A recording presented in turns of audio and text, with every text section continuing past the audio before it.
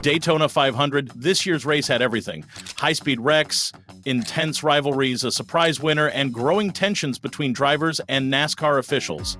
If you thought last year's edition was exciting, wait until you hear what went down this time. Buckle up because we've got a lot to cover. The 2025 Daytona 500 will be remembered for two major things: some of the most chaotic multi-car crashes in recent history, and an ongoing battle between NASCAR drivers and officials over penalties, rule enforcement, and safety concerns.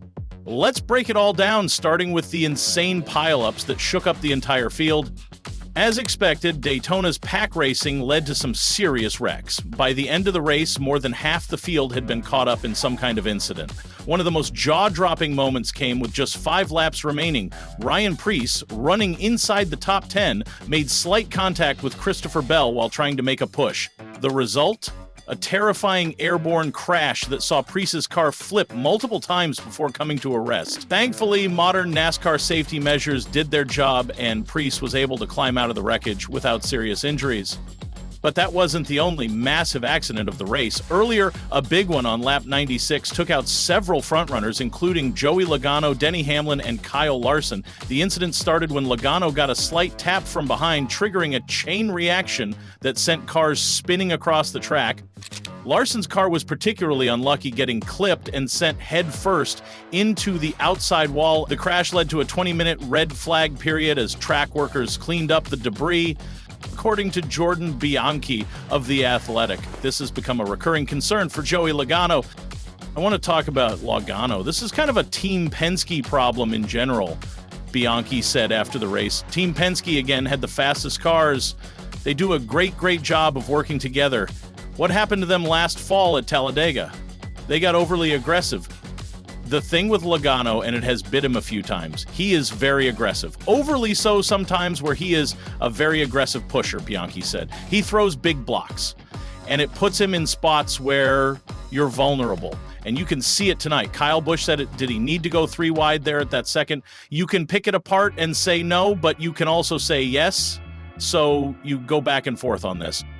Despite leading 43 laps during the race, Joey Logano finished in 35th place. For a driver who might have won the race, but for the late contact, that is a devastating blow.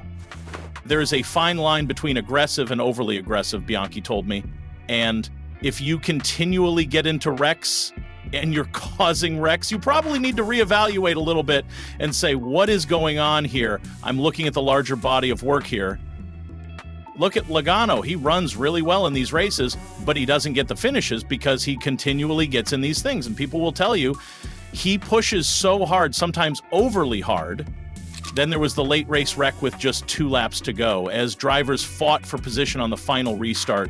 Ross Chastain made an aggressive block on Tyler Reddick, sending both cars into the wall and collecting another 7 drivers in the process.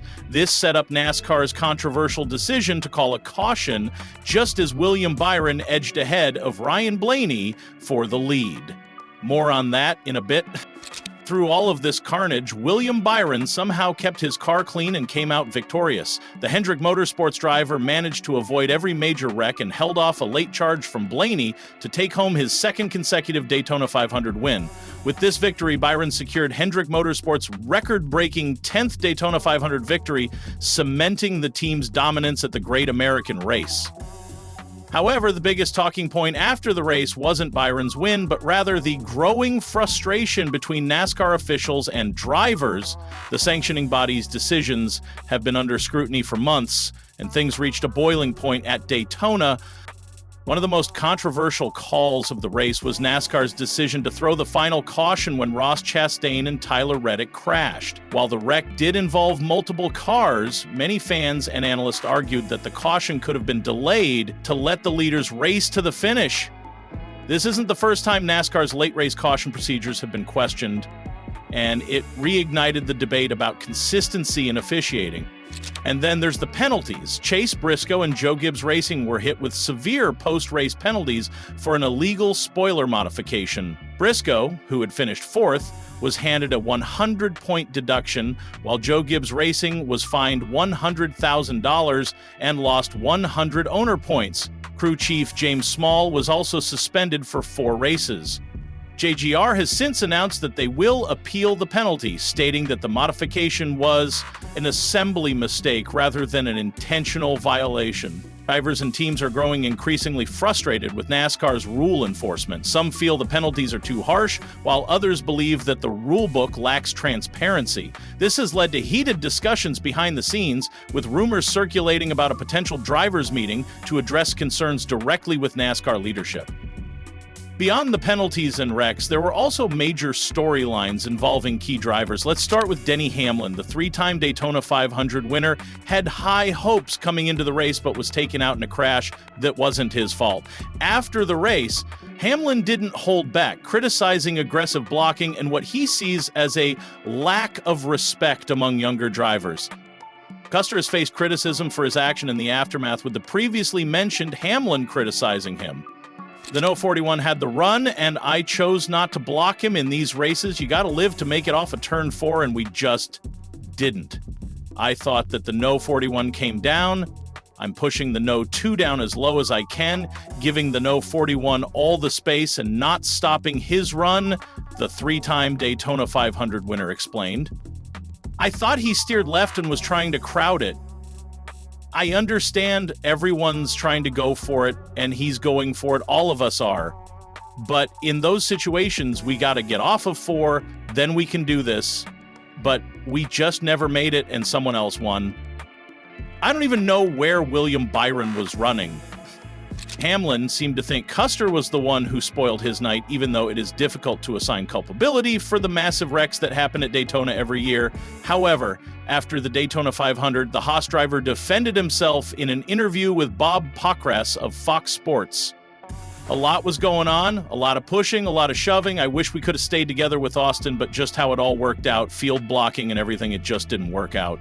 But yeah, everybody just going for it at the end of the day. I mean, you're just going as hard as you can, Custer stated. These super speedway races, you're pushing, you're shoving, you're side drafting, and it's the Daytona 500. This is the biggest race of our lives, the top of our sport. It's a life-changing race. You're just going for it all. At the end of the day, I need to see a replay of exactly what happened. If I side drafted too hard or if I hit in the left rear, I just need to see what happened. But I hate it. I mean, these guys work so hard on this car all week, from the duels, getting it ready, and just a couple of corners short of having a shot at the win. Then there's Kyle Busch. The two-time Cup Series champion has had a rough start to the 2025 season, and Daytona didn't help. Caught up in multiple incidents, Busch was visibly frustrated after the race, questioning NASCAR's decision-making and hinting at the need for better officiating standards. And of course, we have the ongoing Ross Chastain saga. Chastain has developed a reputation as one of the most aggressive drivers in the field, and his late race block on Reddick only added fuel to the fire. Some drivers, including Chase Elliott and Brad Keselowski, voiced their frustrations about Chastain's driving style, suggesting that he needs to tone it down before he costs himself and others more finishes. Looking ahead, the aftermath of this year's Daytona 500 is bound to have a lasting impact. NASCAR officials are under pressure to address consistency in officiating, teams are on high alert regarding car modifications, and drivers are still fuming over questionable racing tactics. All of this sets the stage for an explosive next few races. So what do you think? Should NASCAR change its approach to late race cautions? Were the penalties justified? And how do you feel about the aggressive driving that we saw at Daytona? Let us know in the comments below. If you enjoyed this deep dive into the Daytona 500, don't forget to like, subscribe, and hit that notification bell for more NASCAR coverage. Thanks for watching, and we'll see you next time.